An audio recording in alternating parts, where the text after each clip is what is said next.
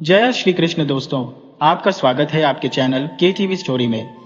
आज हम आपके लिए मूर्ख दर्जी की एक मजेदार कहानी लाए हैं। अगर आपको यह किस्सा पसंद आए तो कृपया वीडियो को लाइक करें, चैनल को सब्सक्राइब करें और घंटी वाला बटन बेल आइकन भी जरूर दबाएं ताकि हमारी नई कहानियां आप तक सबसे पहले पहुंचे। तो देर किस बात की, चलिए दोस्तों कहानी की ओर बढ़ते हैं। एक जमाने की बात है, एक छोटे से राज्य में रघु नाम का एक दर्जी रहता था। रघु अपनी अजीबोगरीब हरकतों के कारण पूरे गांव में मूर्ख मूर्ख माना जाता था। उसकी सिलाई का तरीका सबसे निराला था, मानो वह अपने ही धुन में कपड़े बनाता हो और लोग उसकी बनाई पोशाकों को देखकर हंसते थे जैसे किसी सर्कस का जोकर हो। पर रघु को इस बात की जरा भी परवाह नहीं थी। वह हमेशा मुस्कुराता और बड़े फक्र से कहता, मेरे बनाए कपड़े एक दिन मुझे बहुत बड़ा आदमी बना देंगे। ये कपड़े नहीं, मेरे सपनों के पंख है। एक दिन रघु ने अपना गांव छोड़कर राजधानी जाने का पक्का इरादा कर लिया। उसके मन में एक ही सपना था, वहां जाकर एक मशहूर दर्जी बनना। उसने शहर के सबसे भीड़ भाड़ वाले बाजार में एक दुकान किराए पर ली और अपने पुराने कपड़ों को सजाकर वहां रख दिया, जैसे कोई अपनी सबसे कीमती चीज सजाता है। शुरू शुरू में उसकी दुकान पर कोई ग्राहक फटका तक नहीं। लोग उसकी बनाई अजीबोगरीब पोशाकों को देखकर ठहाके लगाते और उसकी मूर्खता का मजाक उड़ाते। पर रघु ने हिम्मत नहीं हारी। उसने सब्र बनाए रखा। उसने एक ऐसी खास तरकीब सोची जिससे वह बड़े और ताकतवर लोगों तक पहुंच सके। एक दिन की बात है, राज्य के सेनापति वीरभान अपनी पोशाक सिलवाने के लिए किसी नए दर्जी की तलाश में थे। उन्हें रघु की दुकान के बारे में पता चला तो वे जिज्ञासावश, उत्सुकतावश वहां पहुंच गए। रघु ने तुरंत वीरभान को झुककर प्रणाम किया और बड़े ही नम्रता से बोला, सेनापति जी, मेरी बनाई पोशाक कोई मामूली पोशाक नहीं होती। इसे पहनने वाला व्यक्ति सबसे बुद्धिमान और ताकतवर दिखता है, जैसे कोई चमकता सूरज। वीरभान ने उसकी बातों को हल्के में लिया, पर सोचा कि एक बार मौका देने में क्या जाता है। उन्होंने रघु को एक शानदार पोशाक बनाने का आदेश दिया और साथ ही यह चेतावनी भी दी कि अगर पोशाक किसी काम की नहीं निकली तो उसे कड़ी सजा मिलेगी। रघु ने एक अनोखी योजना बनाई। उसने एक बहुत ही बारीक और चमकदार कपड़े का इस्तेमाल किया, पर पोशाक को इस तरह से सिला कि आम आंखों से वह अधूरी लगे। जब वीरभान उसे देखने आए तो रघु ने बड़े आत्मविश्वास से कहा, सेनापति जी, यह पोशाक तो जादुई है। इसे केवल वही देख सकता है जो बुद्धिमान और लायक, काबिल हो।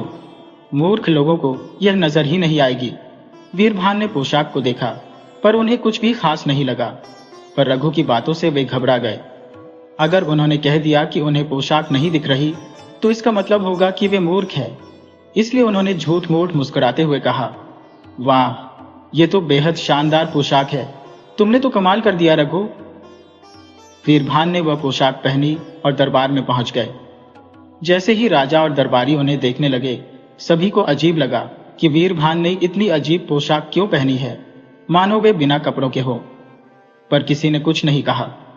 सभी ने सुना था कि यह पोशाक सिर्फ बुद्धिमान को दिखती है, इसलिए कोई यह मानने को तैयार नहीं था कि उसे पोशाक नहीं दिख रही। धीरे धीरे यह अफवाह फैल गई कि रघु कोई साधारण दर्जी नहीं बल्कि जादुई दर्जी है। उसकी दुकान पर अमीर और रईस लोगों की भीड़ लगने लगी। हर कोई यह जादुई पोशाक खरीदना चाहता था ताकि वे भी बुद्धिमानों में गिने जाए। पर क्या यह जादू सचमुच था या यह केवल रघु की एक शातिर चाल थी? क्या कोई इसे उजागर कर पाएगा? राजधानी में रघु दर्जी का नाम अब हर किसी की जुबान पर था, जैसे कोई नया गाना हिट हो गया हो। उसकी बनाई हुई जादुई पोशाक की चर्चा पूरे राज्य में फैल चुकी थी। सेनापति वीरभान को जब राजा के दरबार में इस पोशाक के कारण सम्मान मिला तो राजा महेंद्र सिंह को भी इस पोशाक को देखने की इच्छा हुई। राजा के मन में यह जिज्ञासा थी कि क्या सच में कोई ऐसी पोशाक हो सकती है जिसे केवल बुद्धिमान लोग ही देख सकते हैं, जैसे कोई गुप्त रहस्य हो। एक दिन राजा ने अपने सेनापति से कहा, सेनापति वीरभान, तुम जिस पोशाक की इतनी प्रशंसा कर रहे हो वह मैं भी देखना चाहता हूं। जाओ और उस दर्जी को मेरे दरबार में बुलाओ। वीरभान तुरंत रघु के पास गया और बोला, रघु, तुम्हारी किस्मत चमक गई है। राजा तुम्हें अपने दरबार में बुला रहे हैं। तुम्हें उनके लिए भी वैसी ही एक जादुई पोशाक तैयार करनी होगी। रघु ने तुरंत सिर झुकाकर कहा, सेनापति जी, ये मेरे लिए बहुत बड़ा सम्मान है। मैं राजा के लिए ऐसी पोशाक बनाऊंगा जिसे देखकर पूरा राज्य हक्का बक्का रह जाएगा। रघु ने अपना नाटक जारी रखा जैसे कोई माहिर कलाकार हो। उसने सबसे महंगा और मुलायम कपड़ा मनवाया, पर वह उसी तरीके से कपड़े की सिलाई करता रहा जिससे पोशाक अधूरी और साधारण लगे। कुछ दिनों बाद जब पोशाक तैयार हुई तो रघु ने राजा के दरबार में हाजिर होने का संदेश भिजवाया। राजा महल में अपने मंत्रियों, सेनापति और दरबारियों के साथ बैठे थे, जैसे कोई महत्वपूर्ण सभा हो। जब रघु वहां पहुंचा तो सभी उत्सुकता से उसकी ओर देखने लगे। रघु ने पोशाक को एक सुनहरी कपड़े में लपेट रखा था। उसने धीरे से कपड़ा हटाया और मुस्कुराते हुए कहा, महाराज, यह पोशाक केवल उन्हीं लोगों को दिखाई देगी जो योग्य, बुद्धिमान और नीतिवान है। जो मूर्ख और अयोग्य है उन्हें यह अदृश्य लगेगी। राजा महेंद्र सिंह ने जैसे ही पोशाक को देखा, उनका मन दहल गया। उन्होंने वहां केवल हवा में हिलती कुछ रंग बिरंगी चमकती धागों की बनावट देखी, पर कोई स्पष्ट पोशाक नहीं दिखी। वे आश्चर्यचकित हो गए और सोचने लगे, अगर मैंने कह दिया कि मुझे यह पोशाक नहीं दिख रही तो क्या दरबारी मुझे मूर्ख समझेंगे? क्या मेरी प्रतिष्ठा कम हो जाएगी? राजा ने खुद को संभालते हुए कहा, वाह, ये तो वास्तव में अद्भुत पोशाक है।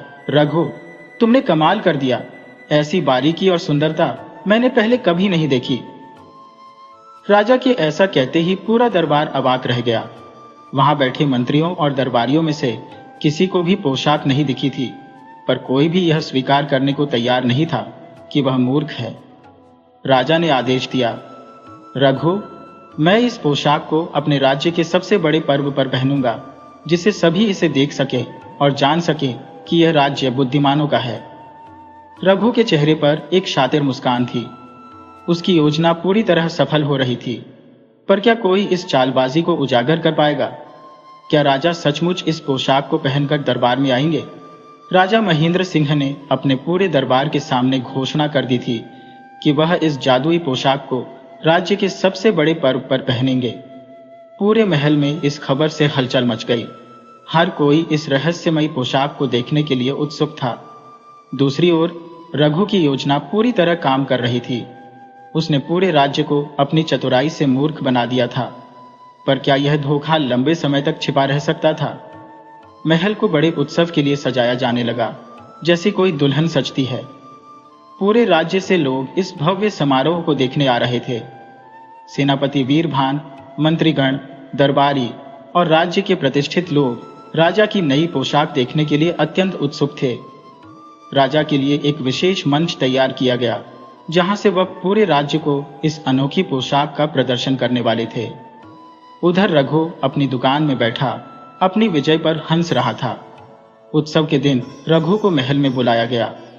राजा अपने कक्ष में पोशाक पहनने के लिए तैयार बैठे थे। रघु अपने साथ वही सुनहरे कपड़े में लिपटी अदृश्य पोशाक लेकर पहुंचा। महाराज, यह पोशाक केवल आपके जैसे बुद्धिमान और शक्तिशाली लोगों के लिए बनाई गई है, रघु ने झुककर कहा। राजा ने पोशाक को देखा और एक पल के लिए घबरा गए। उन्हें कुछ भी दिखाई नहीं दे रहा था, पर उन्होंने अपने डर को छिपाते हुए मुस्कुराकर कहा, वाह, यह तो अद्भुत पोशाक है। इसे पहनने के बाद मैं और भी दिव्य प्रतीत होऊंगा। रघु ने राजा को पोशाक पहनाई और राजा ने दिखावा करते हुए अपने गहने और मुकुट को पहले जैसा ही पहन लिया। राजा ने आईने में खुद को देखा और थोड़ी देर के लिए असहज महसूस किया, पर उनके पास कोई और विकल्प नहीं था। राजा जब पोशाक पहनकर दरबार में आए तो पूरा दरबार सन्न रह गया। सभी दरबारी एक दूसरे की ओर देखने लगे, पर कोई कुछ कहने की हिम्मत नहीं कर रहा था। राजा को बिना वस्त्रों के देख सभी को अजीब लग रहा था, पर कोई भी यह कहने की हिम्मत नहीं कर रहा था कि उन्हें पोशाक नहीं दिख रही। सेनापति वीरभान आगे बढ़े और बोले, महाराज, यह पोशाक सचमुच अद्भुत है। आपकी दिव्यता को और बढ़ा रही है। मंत्रीगण भी सहमति में सिर हिलाने लगे। जी हाँ महाराज, ये पोशाक वास्तव में चमत्कारी है। महल के सभी लोग राजा की ओर देख रहे थे, पर उनके भीतर एक ही प्रश्न था, क्या यह कोई मजाक है? पर किसी ने भी यह स्वीकार नहीं किया कि वे कोई पोशाक नहीं देख पा रहे हैं। उत्सव में हजारों नागरिक मौजूद थे। जैसे ही राजा ने अपना भाषण शुरू किया, भीड़ में से एक मासूम बच्चे की आवाज आई, लेकिन राजा तो बिना कपड़ों के हैं। पूरा दरबार स्तब्ध रह गया। कुछ देर तक सन्नाटा छाया रहा। फिर लोगों ने धीरे धीरे आपस में फुसफुसाना शुरू कर दिया। कुछ ही देर में यह फुसफुसाहट जोरदार हंसी में बदल गई। लोग रघु को मूर्ख दर्जी कहने लगे और राजा को बिना कपड़ों के देख खिलखिलाने लगे। राजा का चेहरा गुस्से और शर्म से लाल हो गया, जैसे कोई अंगारा दहक रहा हो। सेनापति वीरभान और मंत्रीगण भी शर्मिंदा महसूस करने लगे। रघु, जो अब तक अपने की पर हंस रहा था, समझ गया कि उसकी चाल अब ज्यादा देर नहीं टिकेगी। पर क्या वह इस संकट से बच पाएगा? राजा महेंद्र सिंह पूरे दरबार के सामने अपमानित हो चुके थे। उनके क्रोध का कोई ठिकाना नहीं था। वह तुरंत अपने सिंहासन की ओर बढ़े और गरजते हुए बोले, ये क्या मजाक है? मुझे सबने धोखा दिया है। इस मूर्ख दर्जी को तुरंत गिरफ्तार किया जाए। रघु के चेहरे का रंग उड़ गया। वह जानता था कि अगर वह पकड़ा गया तो उसकी जान मुश्किल में पड़ जाएगी, पर वह इतना भी मूर्ख नहीं था। वह पहले ही अपनी सुरक्षा के लिए एक योजना बना चुका था। रघु ने पहले ही महल से भागने का रास्ता तैयार कर लिया था। उसने दरबार में हंगामे का फायदा उठाकर धीरे धीरे दरवाजे की ओर बढ़ना शुरू किया। पर जैसे ही वह महल से बाहर जाने लगा, सेनापति वीरभान की तेज नजर उस पर पड़ गई। रुक जा धोखेबाज! वीरभान गरजे और अपने सैनिकों को आदेश दिया, इसे पकड़ लो। रघु ने बिना देर किए अपनी चाल चली। उसने पहले से तैयार एक धुआं छोड़ने वाली पोटली को जमीन पर फेंक दिया। चारों तरफ धुआं फैल गया और इस अफरा तफरी के बीच रघु महल के पिछले द्वार से बाहर भाग निकला। राजा महेंद्र सिंह की बेइज्जती भरी सभा में हो चुकी थी। पूरे राज्य में यह चर्चा होने लगी कि राजा को मूर्ख बना दिया गया है। दरबारी भी शर्मिंदा थे, क्योंकि वे भी इस चाल को समझ नहीं पाए थे। हम इतने मूर्ख कैसे बन गए? मंत्री ने सिर पकड़कर कहा, महाराज, हमें तुरंत उस ठग को पकड़ना होगा, वरना वह किसी और को भी धोखा देगा। सेनापति वीरभान ने राजा से कहा। राजा का चेहरा गुस्से से तमतमा रहा था। उन्होंने घोषणा की, अगर वह दर्जी पकड़ा नहीं गया तो तुम सबकी खैर नहीं।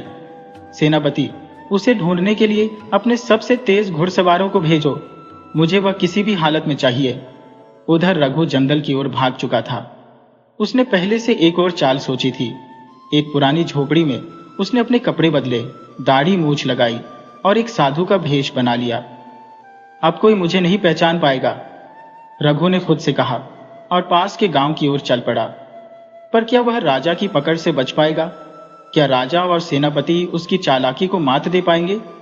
राजा महेंद्र सिंह की बेइज्जती अब पूरे राज्य में चर्चा का विषय बन गई थी। उन्होंने अपनी पूरी ताकत से रघु को पकड़ने के आदेश जारी किए। राजा ने अपने सबसे भरोसेमंद जासूसों को गांव-गांव भेजा और सैनिकों को हर रास्ते पर तैनात कर दिया।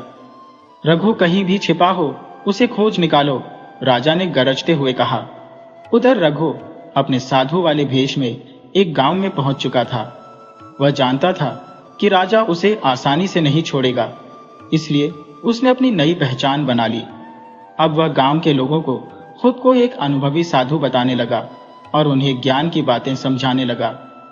रघु ने गांव के लोगों को अपनी बातों में उलझाना शुरू कर दिया। वह रोज रात को गांव के चौपाल में बैठकर लोगों को मजेदार कहानियां सुनाता, जिससे गांव वाले उसकी बातों में फंसते चले गए। यह साधु बहुत ज्ञानी लगता है, गांव के मुखिया ने कहा। हाँ, और इसकी बातें भी बड़ी रोचक है, एक अन्य ग्रामीण ने कहा। रघु को लगने लगा कि वह अब पूरी तरह सुरक्षित है, पर उसे इस बात का अंदाजा नहीं था कि राजा के जासूस उसकी तलाश में हर गांव में घूम रहे हैं। इसी बीच राजा महेंद्र सिंह ने एक और नई योजना बनाई। उन्होंने पूरे राज्य में घोषणा करवाई कि जो भी रघु को खोज कर देगा उसे भारी इनाम मिलेगा। अब देखता हूं वह ठग कब तक बचता है, राजा ने क्रोध में कहा। इनाम की खबर फैलते ही गांव के कई लोग सतर्क हो गए। कुछ लोगों को शक हुआ कि यह नया साधु कहीं वही दर्जी तो नहीं। क्या रघु अब भी बच पाएगा या उसकी असलियत खुलने वाली है?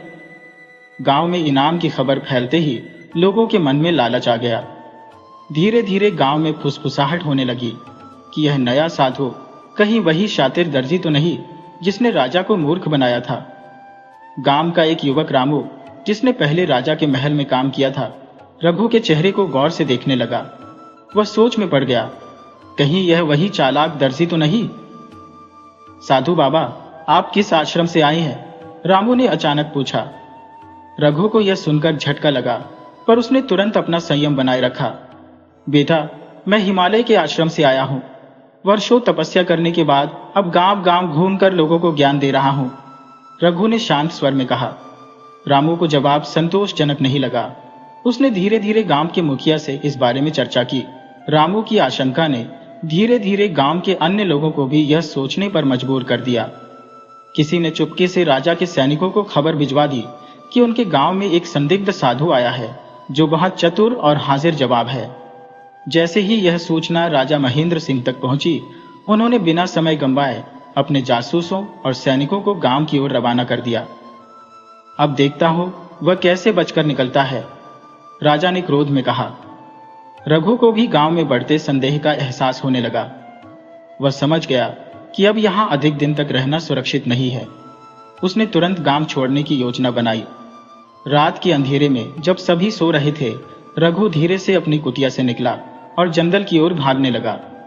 पर वह यह नहीं जानता था कि राजा के सैनिक पहले से ही गांव के बाहर पहरा दे रहे थे। जैसे ही उसने जंगल में कदम रखा, एक सैनिक की आवाज गूंजी, रुको, कौन हो तुम? जंगल में घुसते ही रघु को सैनिकों की आवाजें सुनाई दी। उसका दिल तेजी से धड़कने लगा, पर उसने घबराने के बजाय अपनी चतुराई से काम लेने का फैसला किया। अगर मैं सीधा भागा तो वे पकड़ लेंगे, रघु ने सोचा। उसने जल्दी से पास के एक पेड़ पर चढ़कर खुद को पत्तों और टहनियों के पीछे छिपा लिया। सैनिकों ने टॉर्च जलाकर इधर उधर देखा, पर रघु कहीं नजर नहीं आया। अजीब बात है, हमने किसी को भागते हुए देखा था, एक सैनिक ने कहा। जरूर कोई जानवर रहा होगा, दूसरे ने जवाब दिया। कुछ देर तक खोजने के बाद जब उन्हें कुछ नहीं मिला तो वे वापस लौट गए। रघु ने चैन की सांस ली, पर वह जानता था कि अब वह ज्यादा देर तक जंगल में नहीं रह सकता।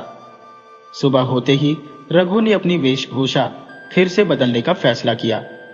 उसने गांव में रखी एक चरवाहे की पुरानी पोशाक चुराई और खुद को एक गरीब गडरिया बना लिया।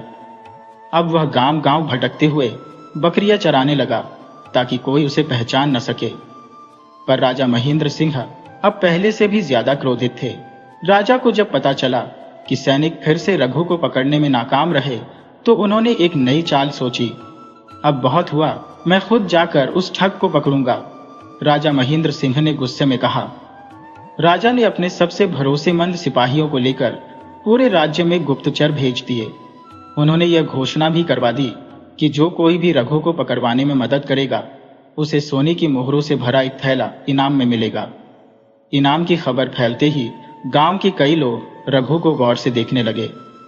कुछ को शक हुआ कि यह चरवाहा कुछ अजीब है।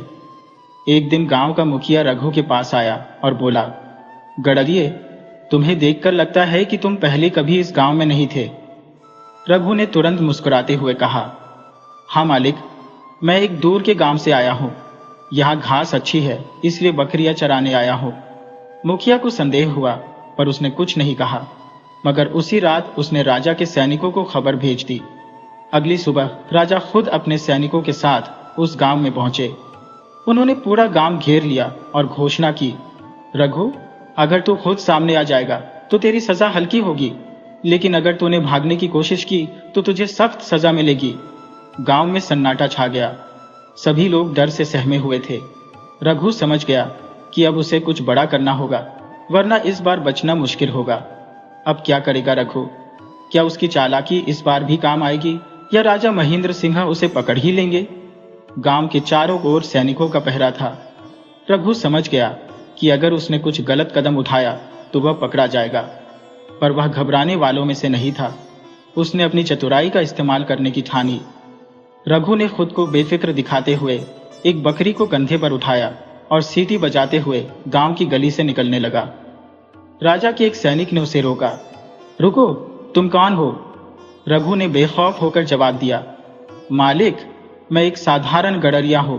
मेरी बकरी बीमार हो गई थी, इसीलिए इसे मंदिर में झाड़ फूंक के लिए ले जा रहा हूं। सैनिकों ने एक दूसरे की ओर देखा। बकरी सचमुच धीरे धीरे मिमिया रही थी। उन्हें कुछ खास शक नहीं हुआ, पर राजा के आदेश थे कि गांव में आए हर नए व्यक्ति की जांच होनी चाहिए। राजा महेंद्र सिंह ने रघु को ध्यान से देखा। उन्हें उस गडरिये की आंखों में कुछ चालाकी दिखी। उन्होंने संदेह से पूछा, अगर तू सच में गडरिया है तो हमें बता, बकरी का पेट खराब होने पर कौन सी घास खिलानी चाहिए? रघु मुस्कुराया और बोला, राजन, बकरी को अगर पेट दर्द हो तो उसे नीम की पत्तियां खिलानी चाहिए, लेकिन अगर उसका पेट फूल जाए तो कड़वी तुलसी की जड़ से इलाज करना चाहिए। राजा ने सोचा कि यह जवाब सही लग रहा है। सैनिकों ने भी सहमति में सिर हिला दिया। राजा का संदेह कुछ हद तक दूर हो गया, पर वे अब भी पूरी तरह आश्वस्त नहीं थे। इसलिए उन्होंने सैनिकों से कहा, इस गडरिये पर नजर रखो, अगर यह कोई संदिग्ध हरकत करे तो तुरंत पकड़ लो। रघु ने जब यह सुना तो उसे समझ आ गया कि अब उसे गांव से निकलना ही होगा। उसने उसी रात बकरी के पैरों में कीचड़ लगा दिया और उसे सड़कों पर छोड़ दिया। सुबह जब सैनिकों ने कीचड़ के निशान देखे तो वे यह सोचकर दूसरी दिशा में चले गए कि गडरिया गांव छोड़कर चला गया। इधर रघु गांव के बीचों बीच बने एक पुराने कुएं में छिप गया और कई घंटों तक वहीं बैठा रहा। जब सैनिक चले गए तो उसने गांव से बाहर निकलने का मौका देख लिया। रघु अब राजा के गुप्तचरों से बचकर जंगल में पहुंच चुका था, पर यह जंगल भी उसके लिए आसान नहीं था। वह जैसे ही एक झाड़ी के पास पहुंचा, उसने पीछे से घोड़ों की टाप सुनी। रघु, रुक जा, अब तो बच नहीं सकता। ये राजा महेंद्र सिंह के सबसे खास सैनिक थे, जिन्होंने गांव के लोगों से सही सूचना पाकर उसका पीछा किया था। अब क्या रघु की चालाकी काम आएगी या इस बार वह सच में पकड़ा जाएगा? रघु जैसे ही जंगल में घुसा, उसे पीछे से घोड़ों की टापों की आवाज सुनाई दी। वह समझ गया कि राजा महेंद्र सिंह के सैनिक उसका पीछा कर रहे हैं। अब उसके पास ज्यादा समय नहीं था। रघु ने तेजी से सोचा और अपनी आखिरी चाल चलने की ठानी। उसने जंगल में फैले सूखे पत्तों को देखा और पास ही पड़ी लकड़ियों से एक छोटा सा ढेर बनाकर आग लगा दी। देखते ही देखते धुआं चारों ओर फैलने लगा। सैनिक जैसे ही पास आए, घने धुएं में उनकी आंखें जलने लगी। यह धुआं कहां से आया? एक सैनिक ने कहा। लगता है कोई आग लगा गया है, दूसरे ने जवाब दिया। रघु ने इसी मौके का फायदा उठाया। वह धीरे धीरे घने धुएं के बीच से रेंगता हुआ दूसरी दिशा में निकल गया। जब धुआं थोड़ा कम हुआ तो राजा के सैनिकों ने चारों ओर देखा, पर रघु कहीं नहीं था। राजा महेंद्र सिंह को जब यह खबर मिली तो उनका गुस्सा सातवें आसमान पर पहुंच गया। एक दर्जी ने मुझे बार बार मूर्ख बना दिया, यह सहन नहीं किया जा सकता, राजा ने गुस्से में कहा। लेकिन सैनिकों ने उन्हें समझाया कि रघु अब राज्य छोड़कर कहीं दूर भाग चुका है और उसे ढूंढना लगभग असंभव है। राजा ने हार मानते हुए आदेश दिया, अब अगर वह वापस लौटता है तो उसे पकड़कर तुरंत कारागार में डाल दिया जाए। इधर रघु कई दिनों तक जंगल में भटकने के बाद एक नए राज्य में पहुंचा। वहां उसने अपनी पहचान बदल ली और फिर से कपड़े सिलने का काम शुरू कर दिया। लेकिन इस बार वह अपनी चालाकियां से बचा रहा और सीधे सादे जीवन जीने लगा। उसने सीखा कि किसी राजा को धोखा देना खतरनाक हो सकता है। रघु की इस कहानी से हमें यह सीख मिलती है कि चालाकी से मुसीबतों से बचा जा सकता है, पर हर बार नहीं। इसलिए हमेशा समझदारी से काम लेना चाहिए और अपने कर्मों का ध्यान रखना चाहिए। इस तरह मूर्ख दर्जी की कहानी का अंत होता है।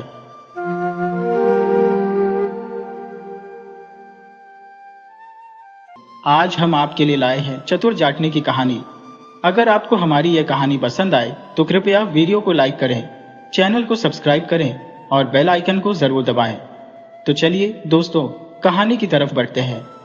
सूरजगढ़ एक छोटा लेकिन शांत गांव था। यहाँ की मिट्टी उपजाऊ थी और लोग अपनी मेहनत और ईमानदारी के लिए जाने जाते थे। लेकिन हर गांव में कुछ न कुछ अलग होता है, और सूरजगढ़ में वह अलग बात थी। गंगा की चतुराई और समझदारी पूरे इलाके में मशहूर थी। वह साधारण कपड़े पहनती थी, पर उसकी आंखों में एक तेज चमक थी। वह एक विधवा थी, लेकिन उसने अपनी स्थिति को कमजोरी नहीं बनने दिया। गांव वाले उसे हर मुश्किल के हल के लिए बुलाते थे। एक दिन सूरजगढ़ में एक बड़ी मुसीबत आ गई। गांव के सबसे अमीर आदमी सेठ धर्मचंद का संदूक चोरी हो गया। इस संदूक में गांव की कई जमीनों के कागजात और ढेर सारे पैसे थे। धर्मचंद ने यह बात किसी को नहीं बताई, लेकिन चोरी के अगले ही दिन गंगा ने उसे परेशान देखा। उसने सोचा, सेठ धर्मचंद पहले कभी इतना चिंतित नहीं दिखा, जरूर कोई बड़ी बात हुई है। गंगा सेठ धर्मचंद के घर गई और बिना सीधे सवाल पूछे बातचीत शुरू की। सेठ जी, आजकल आपकी तबीयत ठीक नहीं लग रही, क्या बात है? धर्मचंद घबराते हुए बोले, ना नहीं, सब ठीक है, बस थोड़ा काम का दबाव है। गंगा ने उसकी आंखों और हाव भाव से अंदाजा लगा लिया कि वह कुछ छिपा रहा है। गंगा ने सेठ के घर के चारों ओर घूमकर देखा। उसने खिड़की के पास मिट्टी पर किसी के भारी जूते के निशान देखे और पास में एक टूटी हुई मोमबत्ती पड़ी थी। गंगा ने सोचा, ये मोमबत्ती यहाँ कैसे आई? ये तो बाजार में केवल हरिहर की दुकान पर मिलती है। अगले दिन गंगा बाजार गई और हरिहर से पूछा, ये मोमबत्ती कौन कौन खरीदता है? हरिहर ने कहा, ये तो सरपंच विजय सिंह और नरेश किसान खरीदते हैं। गंगा के मन में सवाल उठा, क्या नरेश या सरपंच इस चोरी के पीछे हो सकते हैं? गंगा सबसे पहले नरेश के पास गई। नरेश घबराया हुआ लग रहा था। उसने गंगा को देखते ही कहा, दीदी, मैंने कुछ नहीं किया। गंगा ने पूछा, मैंने तो तुमसे कुछ नहीं पूछा, फिर तुम क्यों घबरा रहे हो? नरेश ने स्वीकार किया कि वह सेठ धर्मचंद के घर के पास गया था, लेकिन वह वहां चोरी करने नहीं, बल्कि अपनी गाय को ढूंढने गया था। गंगा को समझ में आ गया कि नरेश निर्दोष है। अब उसका शक सरपंच विजय सिंह पर गया। उसने सोचा, अगर सरपंच ने यह काम किया है तो उसके पास कोई ना कोई सुराग जरूर मिलेगा। गंगा ने गांव के बच्चों से पूछा कि सरपंच ने हाल ही में क्या किया है।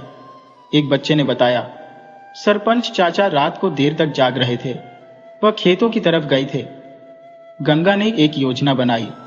उसने गांव वालों को बुलाकर कहा, मैंने एक सपना देखा है कि जिसने चोरी की है वह आज रात गांव के कुएं के पास आएगा। गंगा ने गांव के लोगों के सामने अपने सपने की बात कह दी। वह बोली, जिसने भी चोरी की है वह रात को कुएं के पास आएगा। उसे डर होगा कि मैं उसे पहचान लूंगी, इसलिए वह अपने कदम मिटाने की कोशिश करेगा। गांव के सभी लोग रात में कुएं के पास छिपकर देखने के लिए तैयार हो गए। गंगा ने सबको अलग अलग जगह पर छिपने को कहा ताकि चोर को कोई भनक न लगे। रात का समय हुआ। अंधेरे में सरपंच विजय सिंह चुपचाप अपने घर से बाहर निकला। उसने चारों तरफ देखा कि कोई उसे देख तो नहीं रहा। फिर वह धीरे धीरे कुएं की ओर बढ़ने लगा। लेकिन गंगा ने पहले से ही अनुमान लगा लिया था कि सरपंच ऐसा ही करेगा।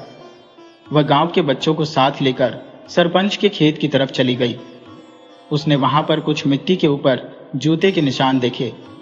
उसने निशान का पीछा किया और एक गड्ढे के पास पहुंची। गंगा ने देखा कि गड्ढे के पास सूखी घास बिछी हुई थी। उसने घास हटाई तो नीचे एक संदूक दबा हुआ मिला। यह वही संदूक था जो सेठ धर्मचंद के घर से चोरी हुआ था। गंगा ने वहां कुछ सबूत छोड़े ताकि यह लगे कि चोर खुद ही घबराकर इन सबूतों को छिपा रहा था। गंगा ने गांव के लोगों को इकट्ठा किया और बोली, चोर ने हमें एक संकेत दिया है। वह अपने डर की वजह से कुएं के पास जाएगा, लेकिन असली सबूत सरपंच के खेत में है। मुझे शक है कि सरपंच विजय सिंह इस मामले में शामिल है। गांव वाले पहले तो हैरान रह गए, लेकिन गंगा पर उनका विश्वास था। उन्होंने गंगा के कहने पर सरपंच के घर की तलाशी ली। जब गांव वाले सरपंच के घर पहुंचे तो उन्होंने देखा कि सरपंच के हाथ में वही मोमबत्ती थी जो चोरी के वक्त इस्तेमाल की गई थी। उसने अपने झूठ को छिपाने की कोशिश की, लेकिन गंगा ने सबूतों के साथ उसे पकड़ लिया। सरपंच ने अंततः अपनी गलती मान ली और कहा, मुझे पैसों की जरूरत थी। मैं जानता था कि यह गलत है, लेकिन लालच में अंधा हो गया। सरपंच विजय सिंह ने कबूल किया कि उसने यह चोरी इसलिए की थी क्योंकि उसे अपनी जमीन बचाने के लिए पैसों की सख्त जरूरत थी। लेकिन उसने यह भी कहा कि यह योजना उसने अकेले नहीं बनाई थी। गंगा ने चौंक कर पूछा, तो फिर कौन है तुम्हारा साथी? सरपंच ने कहा, गांव का ही एक और आदमी जो हमेशा मासूम बनने की कोशिश करता है। सरपंच विजय सिंह की यह बात सुनकर गांव के लोग हैरान रह गए। गंगा ने गहरी सांस ली और सोचा, यह मामला जितना दिख रहा था उससे कहीं अधिक उलझा हुआ है। गंगा ने विजय सिंह से सख्त लहजे में पूछा, सच सच बताओ, वह दूसरा आदमी कौन है? अगर तुमने झूठ बोला तो ये गांव तुम्हें कभी माफ नहीं करेगा। विजय सिंह ने सिर झुका लिया और धीमे स्वर में बोला, वह आदमी है बलराम। बलराम गांव का एक साधारण किसान था, लेकिन गंगा को हमेशा से लगता था कि वह कुछ छिपा रहा है। बलराम अक्सर गांव के बाहरी इलाके में रहता और दूसरों से ज्यादा मेलजोल नहीं रखता था। गंगा ने गांव वालों से कहा, बलराम को तुरंत बुलाया जाए। जब बलराम को बुलाया गया तो वह बेहद घबराया हुआ नजर आया। गंगा ने बलराम से सीधे सवाल नहीं पूछे, उसने चालाकी से उसे बातचीत में उलझा दिया। बलराम, तुम तो इतने मेहनती हो, तुम्हें कभी पैसे की कमी नहीं हुई, फिर विजय सिंह ने तुम्हारा नाम क्यों लिया? बलराम घबराते हुए बोला, मैं नहीं जानता कि सरपंच ऐसा क्यों कह रहे हैं। गंगा ने उसकी बात को नजरअंदाज करते हुए कहा, ठीक है, अगर तुम निर्दोष हो तो मुझे तुम्हारे घर की तलाशी लेने से कोई आपत्ति नहीं होनी चाहिए। बलराम चौंक गया। उसने तुरंत मना किया, नहीं नहीं, वहां कुछ भी नहीं मिलेगा।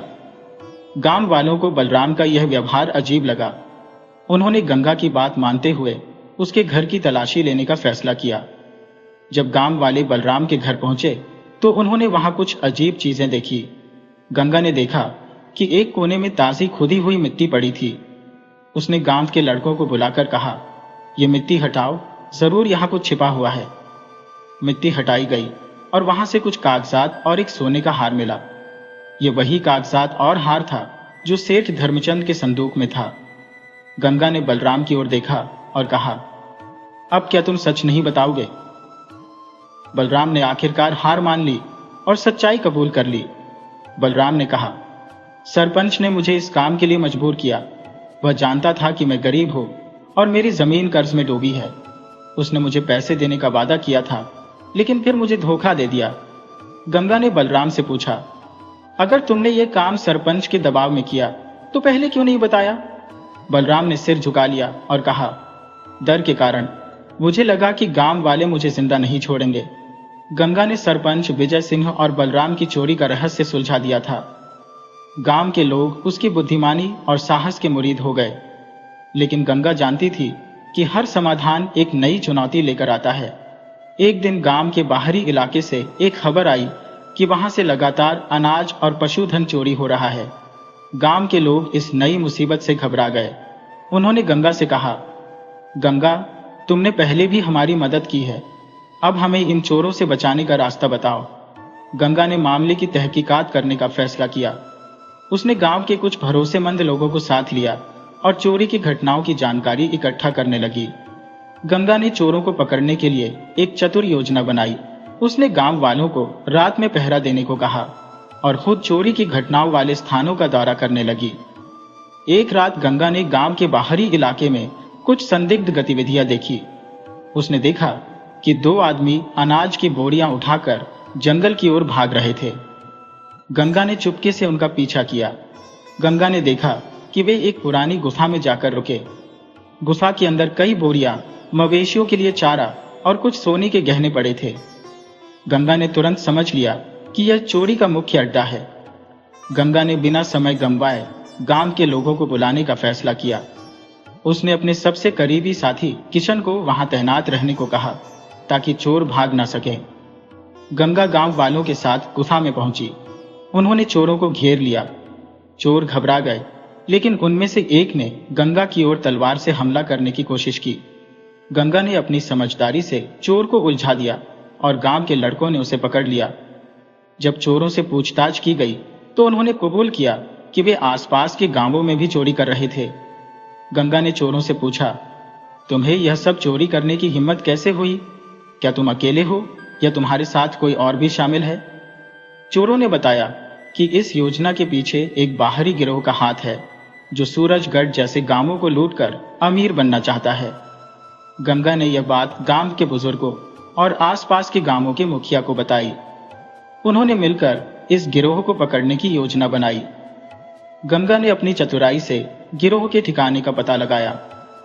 गांव वालों ने पुलिस की मदद से गिरोह को पकड़वा दिया। गिरोह का मुखिया, जो शहर का एक बड़ा व्यापारी था, पकड़ा गया और जेल भेज दिया गया। गंगा की चतुराई से सूरजगढ़ न केवल अपने पुराने गौरव को वापस पा चुका था, बल्कि अब वह आसपास के गांवों के लिए एक मिसाल बन गया था। गंगा की प्रसिद्धि चारों ओर फैल चुकी थी। दूसरे गांवों के मुखिया उससे मिलकर अपने मसलों का हल पूछने आने लगे। गंगा ने महसूस किया कि गांव की सबसे बड़ी समस्या अशिक्षा है। उसने गांव में एक स्कूल खोलने का विचार किया, लेकिन यह आसान नहीं था। स्कूल बनाने के लिए धन और शिक्षकों की जरूरत थी। गंगा ने गांव वालों को एकजुट किया और कहा, अगर हम सभी मिलकर काम करें तो यह असंभव नहीं। शिक्षा ही हमें भविष्य के हर संकट से बचा सकती है। गांव के लोग गंगा के विचार से सहमत हुए। उन्होंने चंदा इकट्ठा किया और अपने खाली समय में स्कूल बनाने के लिए काम शुरू किया। गंगा के इस प्रयास से कुछ लोगों को जलन होने लगी, खासकर पुराने सरपंच विजय सिंह और उसके साथी, जो अब भी गंगा से बदला लेने का मौका तलाश रहे थे। उन्होंने गुपचुप तरीके से गंगा के प्रयासों को असफल करने की साजिश रचनी शुरू कर दी। एक रात स्कूल की निर्माणाधीन इमारत में आग लगा दी गई। जब गांव वालों को यह बात पता चली तो वे गुस्से से भर गए। गंगा ने गांव वालों से कहा, गुस्से में कोई फैसला न ले, पहले यह पता लगाएं कि यह किसने किया है। गंगा ने दोषियों को पकड़ने के लिए एक और चतुर योजना बनाई। उसने गांव के लोगों से कहा कि अगले दिन स्कूल निर्माण के लिए नई सामग्री आएगी और इसे गांव के सबसे सुरक्षित स्थान पर रखा जाएगा। यह खबर फैल गई और गंगा ने जानबूझकर इसे विजय सिंह के समर्थकों तक पहुंचने दिया। रात के समय गंगा ने कुछ गांव वालों के साथ उस स्थान पर पहरा दिया। आधी रात को 2 आदमी चोरी करने के इरादे से वहां आए। जैसे ही उन्होंने सामग्री को छूने की कोशिश की, गंगा और गांव वालों ने उन्हें पकड़ लिया। दोनों चोर विजय सिंह के करीबी निकले। गंगा ने सबके सामने उन्हें बुलाकर कहा, तुमने यह क्यों किया? सच बताओ, नहीं तो गांव के बुजुर्गों के सामने तुम्हारा न्याय होगा। डर से दोनों ने सब कुछ कबूल कर लिया। उन्होंने बताया कि विजय सिंह ने उन्हें गंगा के प्रयासों को असफल करने के लिए ऐसा करने को कहा था। गंगा ने विजय सिंह को बुलाकर कहा, तुम्हें बार बार माफ किया गया, लेकिन अब गांव तुम्हें कभी नहीं छोड़ेगा। गांव के बुजुर्गों ने विजय सिंह को गांव से बाहर निकालने का फैसला किया। गंगा की मेहनत और गांव वालों के सहयोग से स्कूल का निर्माण पूरा हुआ। गांव के बच्चों के लिए यह एक नई शुरुआत थी। गंगा ने खुद पढ़ाई करने के लिए शिक्षकों की व्यवस्था की और बच्चों को शिक्षित करने के लिए गांव की महिलाओं को प्रेरित किया। स्कूल बनने के कुछ समय बाद एक और मुसीबत गंगा के सामने आई। पड़ोसी गांव के मुखिया ने सूरजगढ़ पर झूठे आरोप लगाते हुए हमला करने की धमकी दी। गंगा को समझ में आ गया कि यह मामला केवल शक्ति प्रदर्शन का है। उसने गांव वालों को शांत रहने को कहा और खुद पड़ोसी गांव के मुखिया से मिलने का फैसला किया। पड़ोसी गांव धर्मपुर के मुखिया रणवीर सिंह ने सूरजगढ़ पर आरोप लगाया कि उनकी जमीन पर सूरजगढ़ के लोग खेती कर रहे हैं। इस बात को लेकर दोनों गांवों में तनाव बढ़ गया। रणवीर सिंह ने चेतावनी दी, अगर तुमने हमारी जमीन खाली नहीं की तो हम अपने लोगों के साथ हमला करेंगे। गंगा ने मामले की जांच शुरू की। उसने गांव के बुजुर्गों और जमीनी दस्तावेजों का सहारा लिया। दस्तावेजों से यह साबित हुआ कि जिस जमीन पर विवाद है वह वास्तव में सूरजगढ़ की ही है। गंगा ने रणवीर सिंह से मिलने का फैसला किया। वह गांव के कुछ प्रमुख लोगों के साथ धर्मपुर पहुंची। रणवीर सिंह ने गंगा का मजाक उड़ाते हुए कहा, तुम एक औरत होकर गांव की समस्या सुलझाने आई हो। मुझे लगता है कि तुम्हें घर में रहकर चूल्हा छौंका करना चाहिए। गंगा ने शांत रहकर कहा, मुखिया जी, सच बोलने के लिए ताकत की नहीं, हिम्मत की जरूरत होती है। अगर आप में हिम्मत है तो मेरी बात सुने। गंगा ने दस्तावेज पेश किए और कहा कि जमीन सूरजगढ़ की है। रणवीर सिंह को यह सुनकर गुस्सा आया। उसने कहा, यह कागज झूठे हो सकते हैं, मैं अपनी बात पर अड़ा रहूंगा। अगर तुम्हें लगता है कि मैं गलत हूं तो इसे साबित करो। गंगा ने कहा, ठीक है, हम एक समाधान निकाल सकते हैं। मैं एक प्रतियोगिता का प्रस्ताव रखती हूं। जो भी इसमें जीतेगा जमीन उसी की होगी। रणवीर सिंह को लगा कि गंगा एक कमजोर औरत है और उसे हराना आसान होगा। उसने चुनौती स्वीकार कर ली। गंगा ने प्रतियोगिता के लिए 3 परीक्षाओं का प्रस्ताव रखा। दिमाग की परीक्षा, सवाल जवाब, शारीरिक ताकत की परीक्षा, रस्साकशी, ईमानदारी की परीक्षा। दोनों पक्षों के लोग एक दूसरे के गांव में जाकर सच्चाई परखें। रणवीर सिंह ने सोचा कि वह ताकत और छल कपट से जीत जाएगा। लेकिन गंगा ने अपनी योजना पहले ही बना रखी थी। पहली परीक्षा में गंगा ने रणवीर सिंह से पूछा, अगर एक नदी सूख जाए तो सबसे पहले क्या करना चाहिए? रणवीर सिंह ने कहा, नई नदी की तलाश करनी चाहिए। गंगा ने जवाब दिया, नदी सूखने का मतलब है कि पानी की समस्या है। पहले कारण को समझना और समस्या को हल करना जरूरी है। नई नदी ढूंढना समस्या से भागने जैसा है। गंगा का जवाब सुनकर लोग उसकी प्रशंसा करने लगे। पहली परीक्षा गंगा ने जीत ली। रस्साकशी के दौरान गंगा ने अपनी टीम को रणनीति के साथ खेलना सिखाया। उन्होंने ताकत से ज्यादा एकजुटता पर ध्यान दिया। गंगा की टीम ने रणवीर सिंह की टीम को हरा दिया। तीसरी परीक्षा में गंगा और रणवीर सिंह के लोग एक दूसरे के गांव गए। गंगा ने अपने साथ गए लोगों से कहा, सिर्फ सच बोलना और वही रिपोर्ट करना जो तुमने देखा। रणवीर सिंह के लोग सूरजगढ़ में गंगा की ईमानदारी और सच्चाई से प्रभावित हुए और उन्होंने सबके सामने कहा, यह जमीन वास्तव में सूरजगढ़ की है। तीनों परीक्षाओं में हारने के बाद रणवीर सिंह ने अपनी गलती मानी। उसने गंगा से माफी मांगी और वादा किया कि वह भविष्य में सूरजगढ़ के खिलाफ कोई साजिश नहीं करेगा। गंगा ने रणवीर सिंह को माफ कर दिया और कहा, हम सभी गांवों को एकजुट होकर रहना चाहिए। लड़ाई से किसी का भला नहीं होता।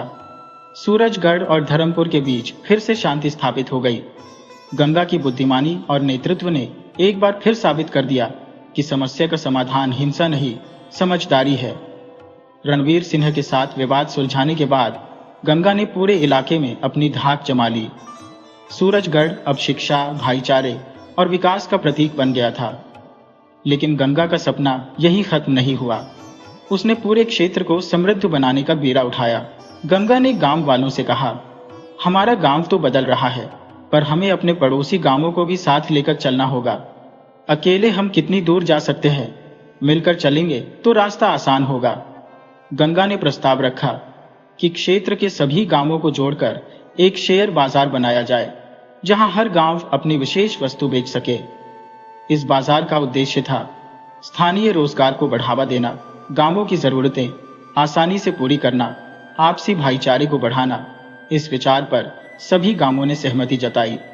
गंगा के बढ़ते प्रभाव से कुछ स्वार्थी व्यापारी और जमींदार परेशान हो गए।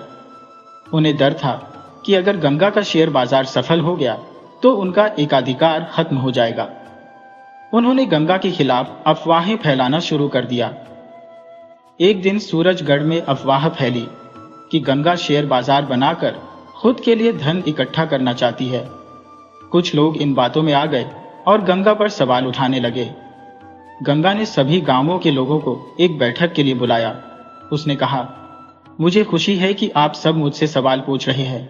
यह दर्शाता है कि आप अपने अधिकारों के प्रति जागरूक हैं, लेकिन सवाल पूछने से पहले तथ्यों की जांच करना जरूरी है। गंगा ने सभी को शेयर बाजार की योजना का पूरा लेखा जोखा दिखाया। उसने यह भी बताया कि बाजार से होने वाला मुनाफा सभी गांवों के विकास में लगाया जाएगा। लोग गंगा की ईमानदारी से प्रभावित हुए और अफवाहें फैलाने वालों को गांव से निकाल दिया गया। साझा बाजार बनकर तैयार हुआ और उद्घाटन का दिन आया। इस बाजार में हर गांव की अपनी एक खास दुकान थी। सूरजगढ़ की हस्तकला, धर्मपुर का अनाज, शिवपुर का गुड़ और शहद, गोविंदपुर के मिट्टी के बर्तन। बाजार को बड़ी सफलता मिली। हर गांव का रोजगार बढ़ा और लोग आत्मनिर्भर बनने लगे। बाजार की सफलता के बाद गंगा को अपने परिवार की चिंता सताने लगी। उसके बच्चों की पढ़ाई और पति का स्वास्थ्य उसकी प्राथमिकता बन गए। गंगा ने अपने बड़े बेटे रवि को पढ़ाई के लिए शहर भेजने का निर्णय लिया, लेकिन गांव के कुछ बुजुर्गों ने इसका विरोध किया। उन्होंने कहा, गांव की परंपरा है कि बच्चे यहीं रहकर काम करें, शहर भेजना ठीक नहीं। गंगा ने जवाब दिया, हमारी परंपरा में शिक्षा सबसे महत्वपूर्ण है। अगर हमारे बच्चे पढ़ लिख कर बड़े शहरों में जाएंगे तो वे गांव का नाम रोशन करेंगे। गंगा ने अपने बेटे को शहर भेज दिया, लेकिन इस निर्णय ने गांव में हलचल मचा दी। शहर में रवि ने पढ़ाई शुरू की, लेकिन शहर की जिंदगी उसे कठिन लगने लगी। गंगा ने उसे चिट्ठी लिखी, बेटा कभी हार मत मानना, हमारे गांव की उम्मीदें तुम पर टिकी है, मेहनत करोगे तो सफलता जरूर मिलेगी। रवि ने मां की बात को दिल से लगाया और मेहनत करना शुरू कर दिया। सूरजगढ़ के बढ़ते विकास को देखकर एक दिन बाहरी जमींदारों ने गांव पर हमला कर दिया। उन्होंने गंगा को डराने की कोशिश की। गंगा ने गांव वालों से कहा, हम एकजुट रहेंगे तो कोई भी हमें नहीं तोड़ सकता। गांव के लोगों ने मिलकर जमींदारों का सामना किया और उन्हें खदेड़ दिया। रवि ने शहर में पढ़ाई के दौरान कई कठिनाइयों का सामना किया। आर्थिक तंगी, नई जगह की अनजान जिंदगी और प्रतिस्पर्धा ने उसे कई बार कमजोर महसूस कराया। लेकिन गंगा की दी हुई सीखें और उसके बलिदान ने रवि को कभी हार मानने नहीं दिया। एक दिन रवि ने अपनी कक्षा में एक विज्ञान परियोजना प्रतियोगिता में हिस्सा लिया। उसने गांव में पाए जाने वाले प्राकृतिक संसाधनों के उपयोग से खेती में सुधार पर एक प्रोजेक्ट तैयार किया। यह प्रोजेक्ट न केवल प्रतियोगिता में प्रथम स्थान पर रहा, बल्कि शहर के विश्वविद्यालय ने इसे अपने शोध में शामिल करने का प्रस्ताव दिया। रवि ने यह सफलता अपनी मां को चिट्ठी में लिख भेजी। मां, आज जो कुछ भी हो वह आपकी मेहनत और शिक्षा के कारण हो। मैं आपके सपनों को साकार करूंगा। गंगा को जब रवि की सफलता का समाचार मिला तो उसने ठान लिया कि गांव के अन्य बच्चों को भी शिक्षित करना है। उसने गांव में एक नई पाठशाला, स्कूल की शुरुआत की, जिसमें बच्चों को आधुनिक शिक्षा के साथ साथ नैतिकता और परंपराओं का महत्व भी सिखाया जाने लगा। गंगा के प्रयासों से सूरजगढ़ लगातार तरक्की कर रहा था, लेकिन बाहरी ताकतें अभी भी अपनी साजिशों से बाज नहीं आ रही थी। गांव के कुछ लोगों को लालच देकर उन्होंने गंगा के खिलाफ अफवाहें फैलाना शुरू कर दिया। उनका कहना था, गंगा के सभी प्रयास केवल अपने बेटे के लिए है। वह गांव का नाम इस्तेमाल कर रही है, लेकिन असल में अपने परिवार को आगे बढ़ा रही है।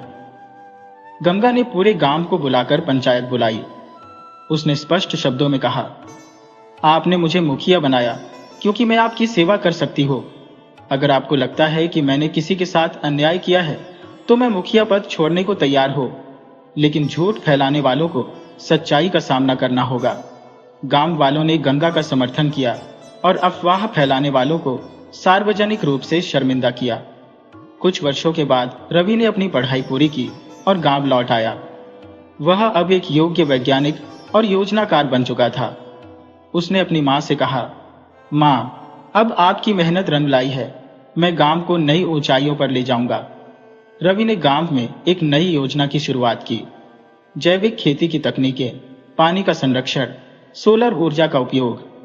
गांव में इन योजनाओं के लागू होते ही खेती और रोजगार के नए अवसर मिलने लगे।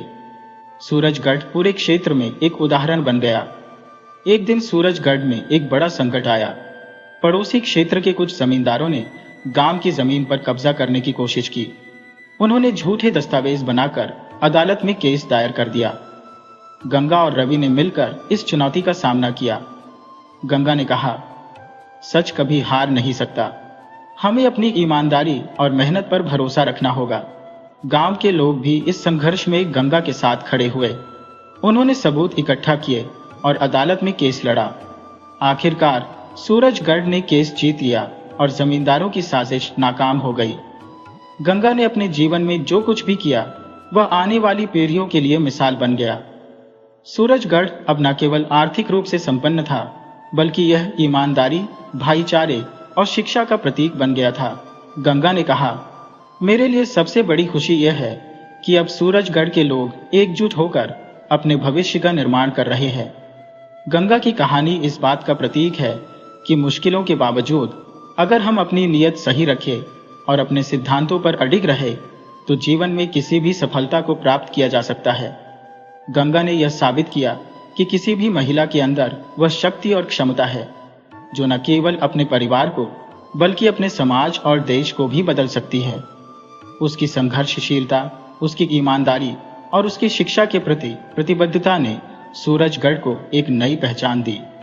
गंगा का जीवन यह संदेश देता है कि सच्चाई और मेहनत का फल हमेशा मीठा होता है और जब हम किसी अच्छे उद्देश्य के लिए काम करते हैं तो पूरी दुनिया हमारी मदद करती है।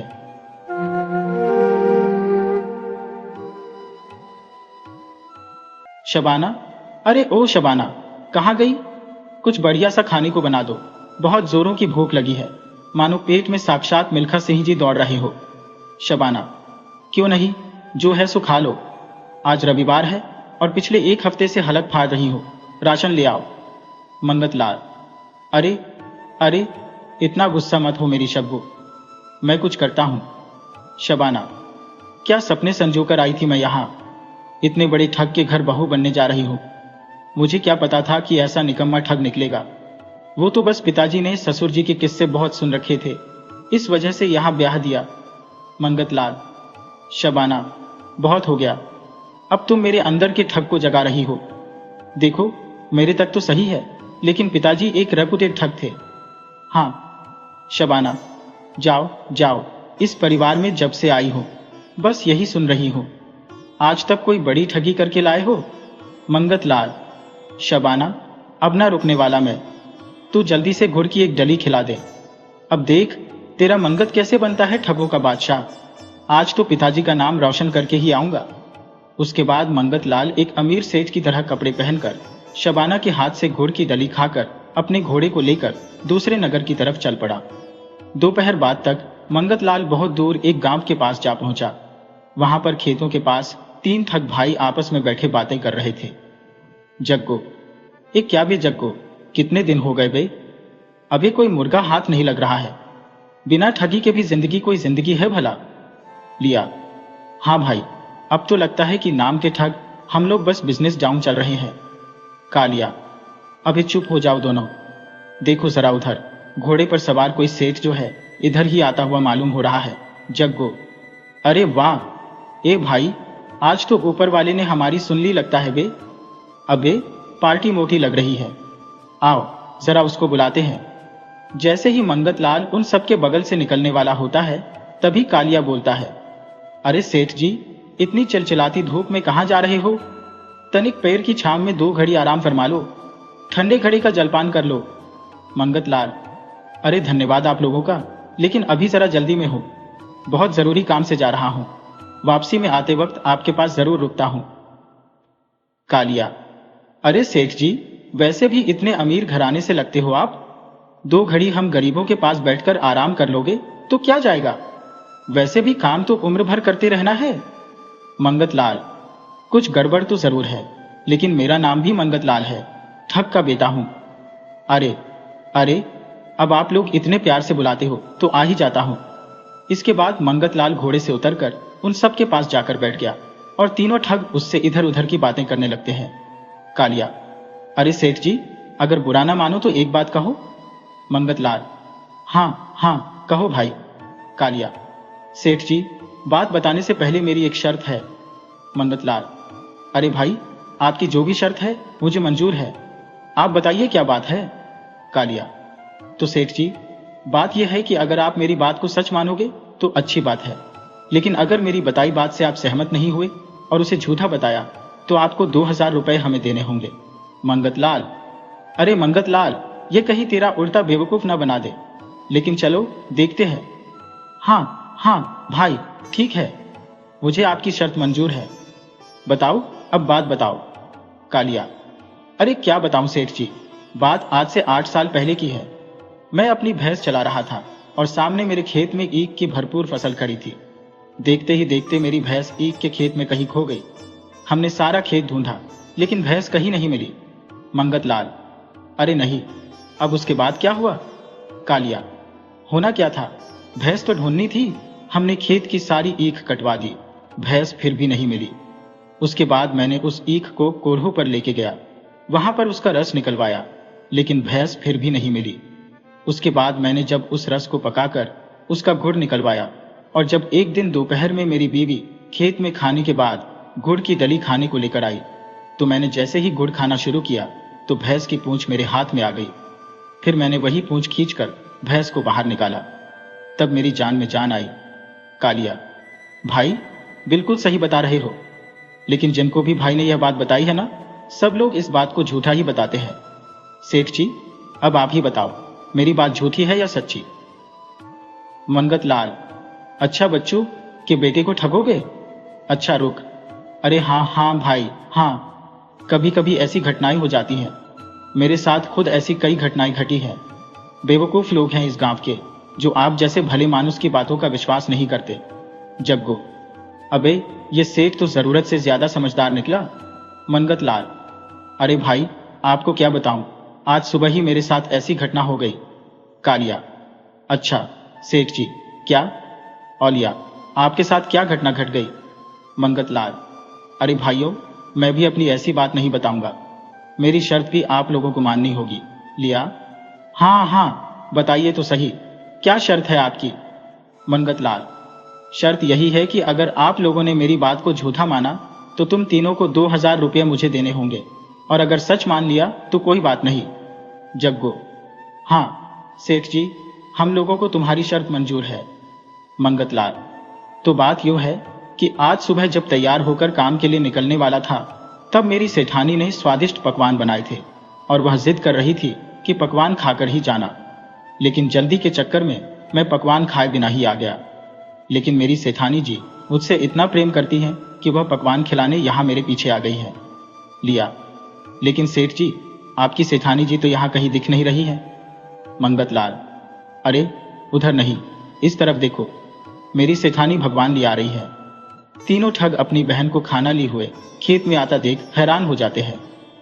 जग्गो, अरे बाप रे बाप, ये सेठ तो हमारा बाप ठग निकला रे, हमारी बहन को अपनी सेठानी बना लिया, अब क्या करें बे? कालिया, ओए, अगर हम लोगों ने इसकी बात को झूठा कह दिया तो यह हम तीनों से 2000 रुपए ले लेगा, और अगर हम लोगों ने इसकी बात को सच्चा कहा तो यह हमारी बहन को ले जाएगा।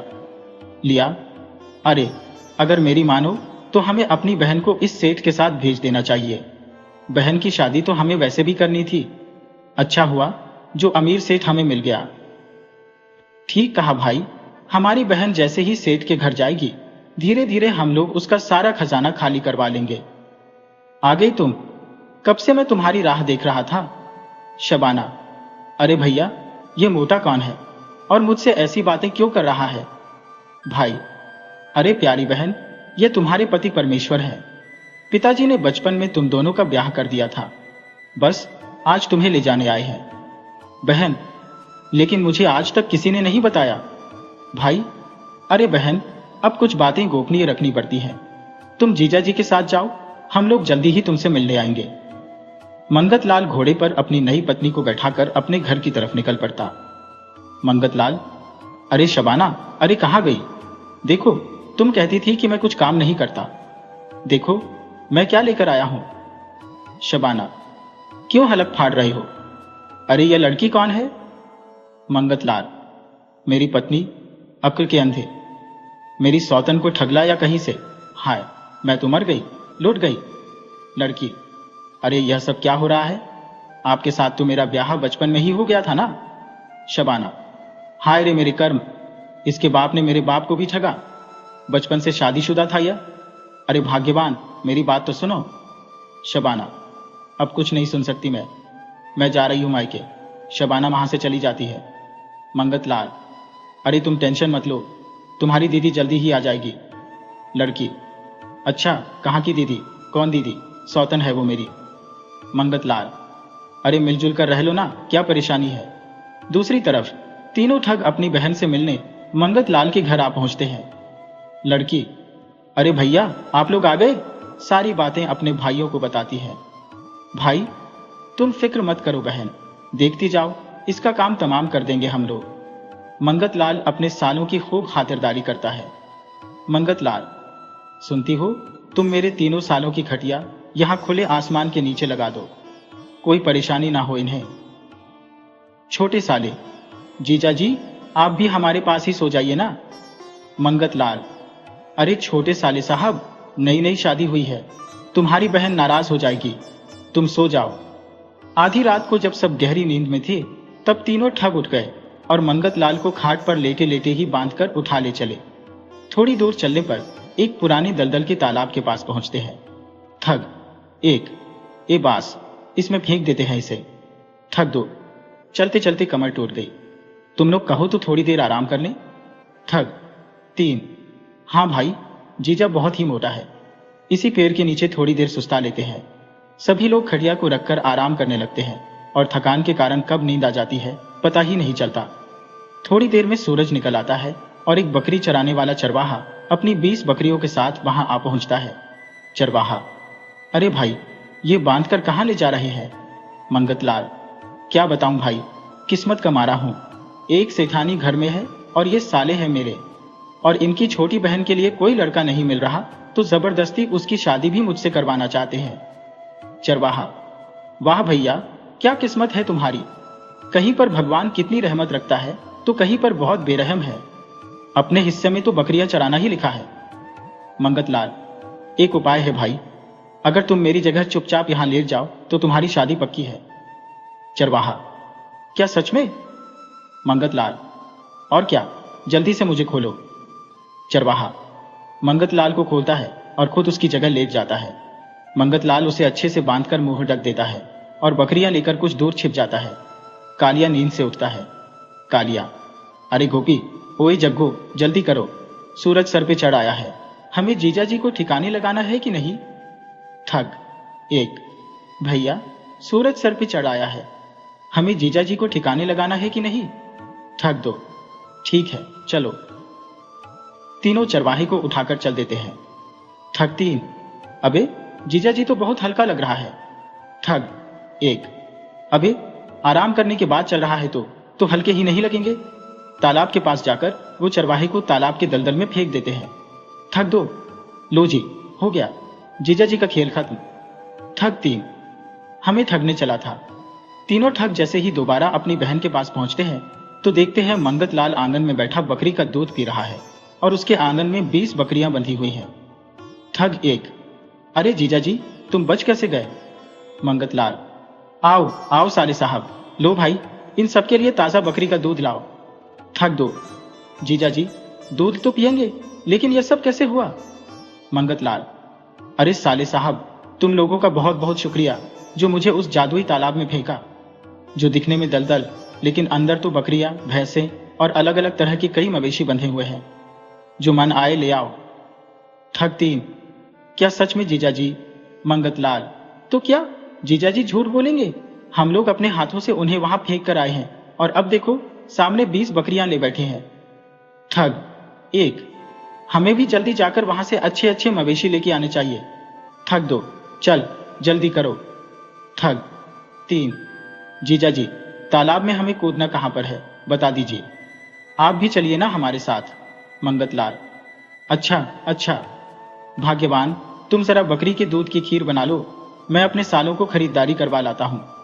मंगतलाल और तीनों ठग तालाब के पास जाते हैं।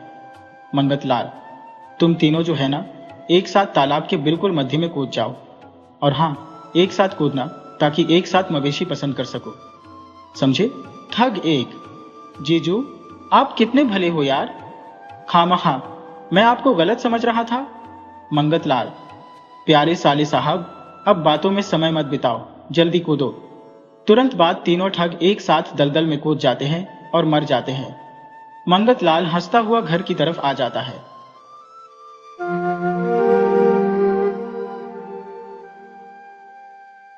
फुटपाथ के किनारे एक महिला सहायता की गुहार लगा रही थी। आंधी को कुछ दे दो, मी बाप। पास ही बैठे एक व्यक्ति ने, जो दोनों पैरों से लंगड़ा था, कहा, अरे मी बाप, इस लंगड़े पर भी दया करो। वह औरत बड़बड़ाती हुई उठी और दीवार को टटोलते हुए चलने लगी। लंगड़ा व्यक्ति बोला, अरे बैठ जा, मैं ही चला जाता हूं। महिला ने धीरे धीरे चलते हुए कहा, जाना ही था तो यहां क्यों आई। लंगड़ा हंसते हुए बोला, बैठ जा, जड़ों को क्यों खोद रही हो। इतने में एक धार्मिक आदमी को देखकर लंगड़ा और औरत दोनों ने अपना कटोरा आगे बढ़ा दिया। धार्मिक आदमी ने लंगड़े के कटोरे में पाई डाल दी। खनखनाहट सुनते ही महिला और ज्यादा गिड़गिड़ाने लगी, लेकिन धार्मिक आदमी आगे बढ़ गया। लंगड़े ने कहा, इस अंधी को भी कुछ दे दो। धार्मिक आदमी ने दया दिखाते हुए पूछा, क्या ये तेरी औरत है। लंगड़ा बोला, हाँ हाँ मी बाप। उससे पहले कि महिला कुछ कह पाती, उसके कटोरे में भी कुछ गिरा। पैसों की आवाज सुनकर महिला की जुबान बंद हो गई। गुस्सा हवा हो गया। धार्मिक आदमी के जाने के बाद लंगड़े ने फिर से कहा, लो बैठो, मैं जाता हूं। महिला बोली, तू भी बैठ जा, तू मेरे भाग से थोड़ी ना ले जाएगा। लंगड़ा मुस्कुराते हुए बोला, जड़ खोदने से क्या मिलेगा। महिला गुस्से में बोली, और हां, उस सेठ से तो कह दिया, पर फिर ऐसा कभी मत कहना। लंगड़ा बोला, पगली, ऐसा कहने से कुछ मिल गया, तेरा क्या गया। दोनों ने फिर से अपना काम शुरू किया। गांधी पर दया करो, मी बाप, पाई दो। रात को भी यह सिलसिला चलता रहा। जब लंगड़ा बोलता तो महिला दुगने जोर से बोलती। इस तरह अंधेरा हो गया। महिला उठकर चलने लगी। लंगड़े ने पूछा, कहाँ जाएगी? तेरा कोई ठिकाना है? महिला बोली, तुझे क्या, भिखारियों का क्या कोई ठिकाना होता है? लंगड़ा कुछ नहीं बोला और अपने ठिकाने की तरफ बढ़ने लगा। अगले दिन सूरज उगने से पहले ही लंगड़ा व्यक्ति अपनी जगह पर आ बैठा और उस महिला की प्रतीक्षा करने लगा। कुछ देर बाद वह महिला दूर से आती हुई दिखाई दी।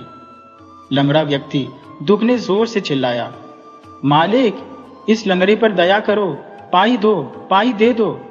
महिला भी कुछ दूरी पर बैठ गई और दयालु लोगों से सहायता मांगने लगी। गर्मियों के दिन थे। धीरे धीरे धूप चढ़ती गई और ग्राहकों की आवाजाही कम हो गई। लंगड़े ने महिला से पूछा, कितने पैसे आए? महिला ने कहा, 1 आना और 2 पाई। तेरे कितने हुए? लंगड़े ने कहा, मेरे तो 1 आने में 2 पाई कम है। कुछ देर की खामोशी के बाद लंगड़े ने पूछा, तेरा नाम क्या है? महिला बोली, तुझे क्या काम है? अपना नाम बताना। मेरा नाम तो चमन है। महिला हंसकर बोली, मेरा नाम जमनी है। जमनी के चेहरे पर हंसी देखकर चमन ने कहा, जमनी के बदले चमन नाम रख ले। मैं क्यों रखूं? तू रख ले जब मन हो, जमनी ने हंसते हुए कहा। इतने में चमन ने 2 ग्राहकों को आते देखा और चिल्लाने लगा, लंगड़े को कुछ दे दो, मी बाप, अंधी को कुछ दे दो, मी बाप। जमनी भी बोलने लगी। दोपहर ढलते ही दोनों ने 2-2 पैसे के चने लेकर ठेले वाले का फायदा करवा दिया। शाम होते होते दोनों ने हिसाब किया और जाने की तैयारी करने लगे। चमन ने पूछा, कल एकादशी है, भद्रकाली माता के मंदिर चलेगी? जमनी ने कहा, मैं कैसे आऊं, कहीं भटक जाऊंगी तो? चमन बोला, तो यहां आना, फिर दोनों साथ चलेंगे। अगले दिन चमन उसी रास्ते पर जाकर बैठ गया और जमनी की प्रतीक्षा करने लगा। कुछ देर बाद जमनी आ गई और दोनों भद्रकाली माता के मंदिर की ओर चलने लगे। चमन ने कहा, मेरे पीछे पीछे चलना। और वह रास्ते में कोई उतराई या चढ़ाई आने पर चमन जमनी को आगाह करता, देखना, दलान है, यहां पर चढ़ाई है। और मोटर या तांगा आने पर बोलता, जमनी रुक जा, मोटर आ रही है। दोनों देवी माता के मंदिर के बाहर भीख मांगने लगे। शाम होते ही दोनों उठ गए। आज उनकी अच्छी कमाई हो गई थी, खासकर जमनी की। फिर दोनों उसी जगह की ओर चल पड़े जहां पर वे मिले थे। जमनी ने कहा, वही जगह आने पर मुझे बता देना। जमनी के दिल में हल्का डर था कि कहीं चमन उलटे रास्ते पर तो नहीं ले जा रहा। वह घड़ी घड़ी हाथ से दीवार को छूकर तसल्ली कर लेती। हाँ, ये वही दीवार है। उस जगह पहुंचकर चमन ने कहा, यहां तेरी हद आ गई, तो हमेशा इसी तरफ से आती थी। जमनी ने ठहरकर दीवार को उंगलियों से छूकर देखा और अपने रोज के रास्ते का नक्शा सोचने लगी। चमन ने पूछा, जमनी, तू कहाँ रहती है? अगर अच्छी जगह ना हो तो मैं एक अच्छा ठिकाना जानता हूँ।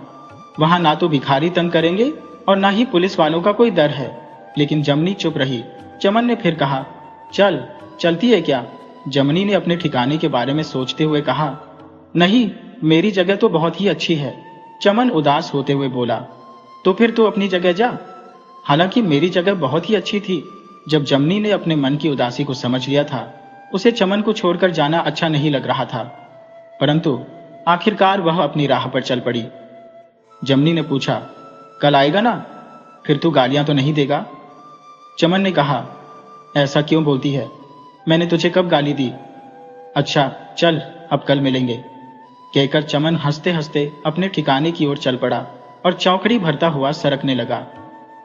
गर्मियों का समय था, इसलिए दोनों को बिस्तर की कोई झंझट नहीं थी। इसके बाद जमनी और चमन रोज उस रास्ते पर बैठते और फुर्सत की घड़ी में बातें भी करते। एक दिन की बात है, जमनी बोल रही थी, माई बाप, कोई अंधी को। इतने में कटोरे में कुछ बजा। जमनी ने हाथ से छूकर देखा तो पैसों के बदले कंकड़ उसके हाथ में आया। पास में बैठे चमन को मारते हुए उसने कहा, शैतान कहीं का। और चमन की हंसी उसके कानों में गूंजने लगी। आज जमनी का अक्षय पात्र रूठा हुआ था। शाम ढलने तक उसे सिर्फ 4 पैसे ही मिल पाए थे। साड़ी की आंचल में बंधे 4 आने में से खाने का इंतजाम करना पड़ेगा, यह सोचकर वह उदास थी। चमन को भी आज सिर्फ 1 पैसा मिला था। चमन ने पूछा, चल, अब वक्त हो गया है, जाना नहीं है क्या? जमनी की उदासी का कारण समझते हुए चमन बोला।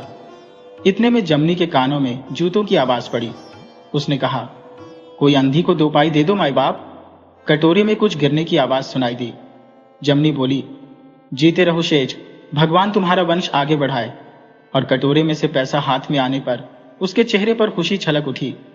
चमन ने कहा, वंश कैसे बढ़े जब बीवी ही ना हो? भगवान से यह कहो कि औरत दे। यह सुनकर जमनी समझ गई कि यह चमन की करतूत है। जमनी ने कहा, यह लो, अपना पैसा रखो। चमन ने जवाब दिया, पैसे का क्या करूं? मुझे तो पत्नी चाहिए। जमनी बोली, बहू भी मिल जाएगी, पर अपना पैसा रखो। दान में दिया हुआ मैं वापस नहीं लेती। चमन ने कहा, तुझे लेना ही होगा, एक शर्त पर लूंगा। जमनी ने पूछा, वह क्या? आज मेरे घर पर मेहमान बनकर चल। चमन ने कहा। जमनी सोच में पड़ गई और थोड़ी देर बाद बोली, पर तू ही मेरे साथ चलना, वहां ऐसी जगह नहीं होगी। जमनी यहां से ज्यादा दूर नहीं है। अगर तुझे आज ना जचे तो कल मत आना। अच्छा, तो फिर चल। कहते हुए जमनी उठी। चमन का दिल कांप उठा, मानो भक्त के घर भगवान पधार रहे हो। वह बोला, जरा ठहर। चमन ने नजदीक के एक होटल से पकौड़ियां लेकर कंधे से लिपटे कपड़े में बांधकर थोड़ी ही देर में लौट आया। अब चल, चमन ने कहा। जमनी उसकी आवाज का सहारा लेते हुए चलने लगी। चमन का ठिकाना आ चुका था। चारों ओर में खुला आंगन था और बीचों बीच एक नीम का पेड़ था। नीचे हमेशा धूल की शैया बिछी रहती। चमन ने जमनी से कहा, बैठो, और पकौड़ियों की पुड़िया खोलकर दोनों खाने लगे। जमनी की भूख आज कहीं भाग गई थी, पर पकौड़ियों की स्वाद से कुछ जग उठी। उसने हाथ से टटोलते हुए पूछा, तू भी कुछ खा रहा है या नहीं? खा रहा हूं ना, चमन ने कहा। जमनी के हाथ को छूते हुए चमन ने कहा, पकौड़ियां उतनी ही लग रही है। नहीं नहीं, खा रहा हूं ना। सुनकर जमनी ने पूछा, खा मेरी कसम पर। जब चमन कुछ नहीं बोला तब जमनी ने कहा, ऐसे नहीं चलेगा, हम दोनों आधा आधा बांट लेते हैं। यह कहकर उन्होंने पकौड़ियों के 2 हिस्से किए और पकौड़ियां खाने लगे। भोजन समाप्त करने के पश्चात चमन जमनी को कुछ दूरी पर स्थित नल पर ले गया। दोनों ने पानी पिया और लेट गए। देर रात तक वार्तालाप करते करते नींद में लीन हो गए। इसके बाद जमनी और चमन एक साथ भीख मांगने, खाने और रहने लगे। मौसम ने करवट ली और बरसात का मौसम आरंभ हो गया। अब चमन को ठिकाना बदलने की आवश्यकता महसूस हुई। उसने कहा, तू यहीं बैठ, मैं कोई अच्छी जगह देखकर आता हूं। यह कहकर चमन वहां से निकल पड़ा। कुछ ही देर बाद चमन एक नया ठिकाना ढूंढकर लौट आया और दोनों वहां चल पड़े। थोड़ी दूर जाने पर एक ढाबा दिखाई दिया। चमन के मुंह में पानी आ गया। जमनी, मेरे पास 2 पैसे हैं, अगर एक आना और मिल जाए तो दाल चावल लाकर खा सकते हैं। बहुत दिनों से मन कर रहा है, चमन बोला। जमनी ने कहा, ये ले, मैं कब मना करती हूं, पर तू लाएगा कैसे?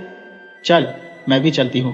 ढाबे के पास पहुंचकर चमन ने फुटपाथ के किनारे एक गड्ढे से दोना निकाला और ढाबे वाले लड़के को देकर कहा, भाई 6 पैसे की दाल चावल देना। थोड़ी देर बाद लड़का दाल चावल डालने लगा।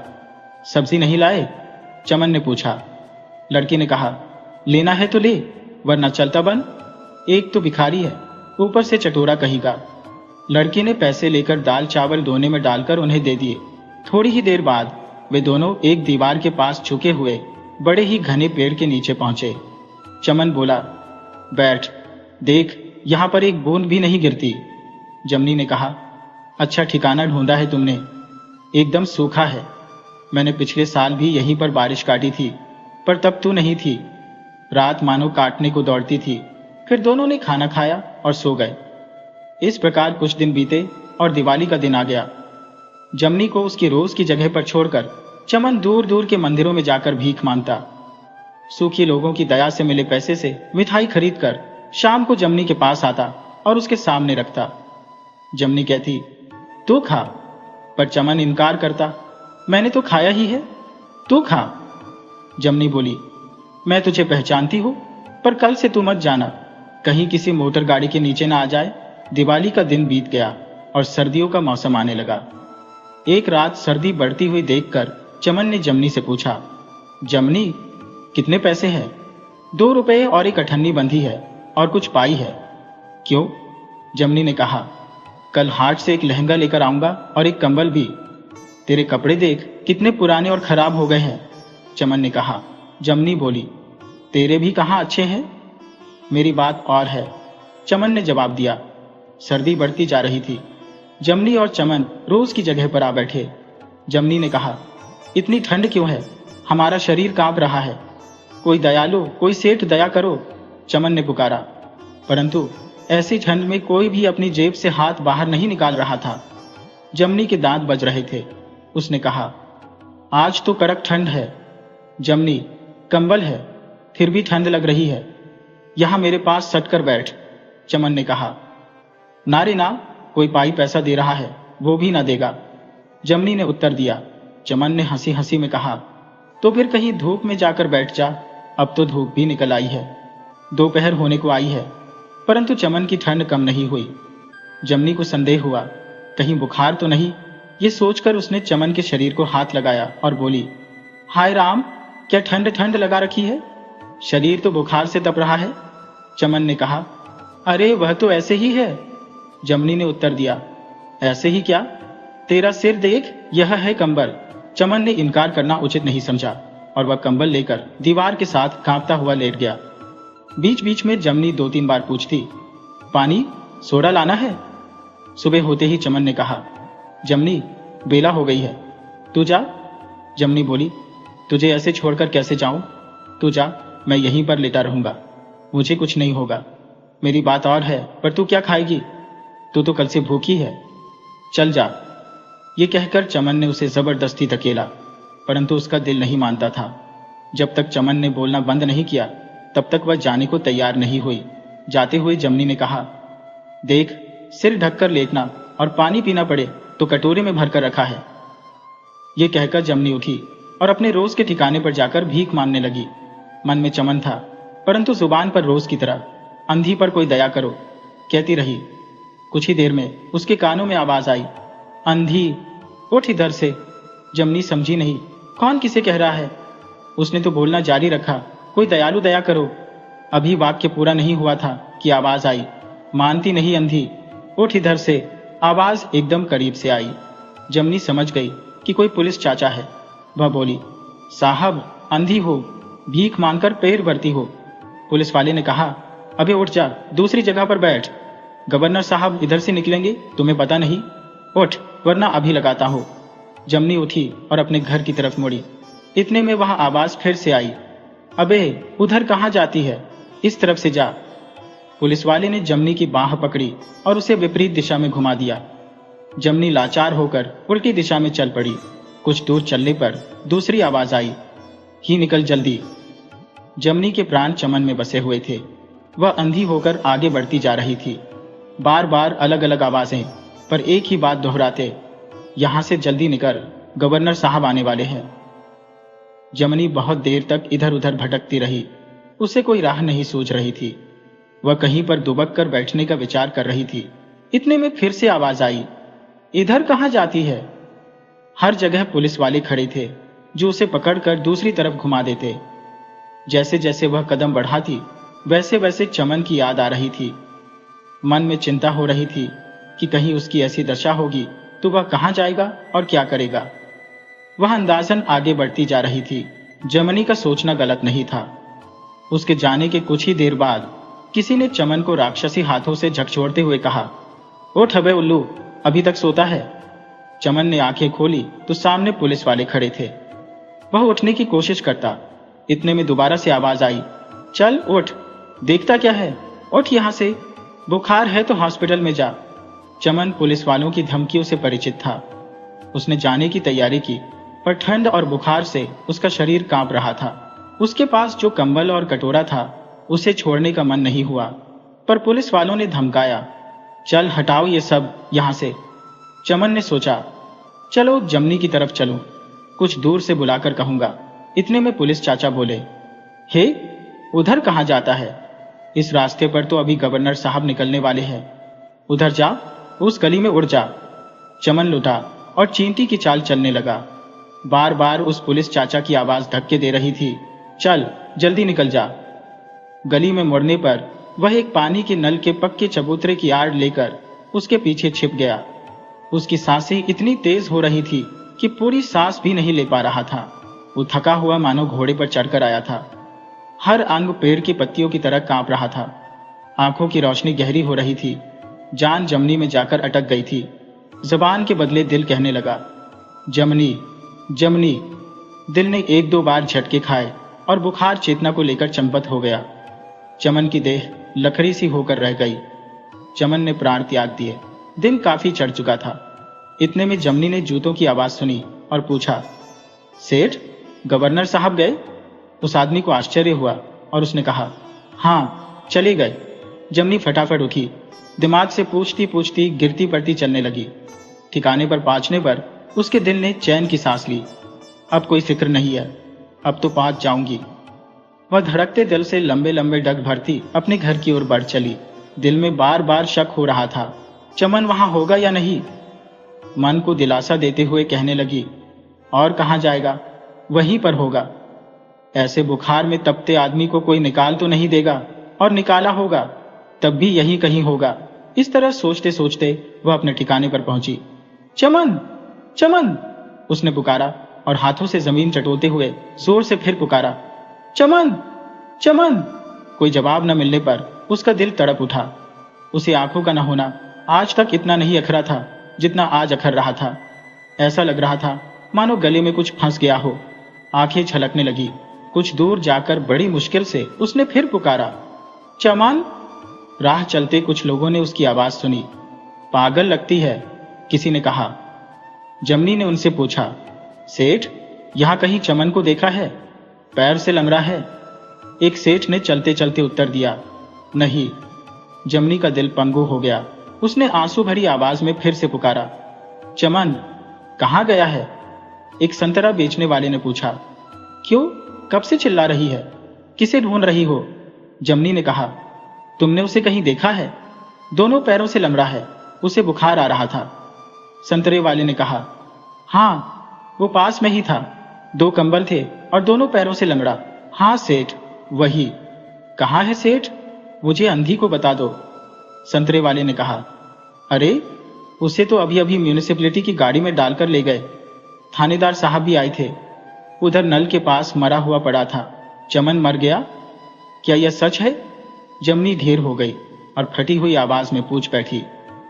फिर उसकी पलकों के किनारे से बहते आंसुओं के साथ डूबती हुई आवाज में बोली, जमना, तू मर गया? संतरे वाले ने अपनी टोकरी उठाते हुए कहा, अरे, इस मनहूस को मैंने क्या कह दिया? क्या बला है ये? कहीं मर जाएगी तो मेरे सिर पड़ेगी। ना लेना ना देना, बेमतलब ही गले पड़ गई। बड़बड़ाते हुए वह आगे चल दिया। बेचारी जमनी एक बार फिर से अकेली रह गई। उसके सुख दुख का साथी हमेशा के लिए उसे छोड़ चुका था।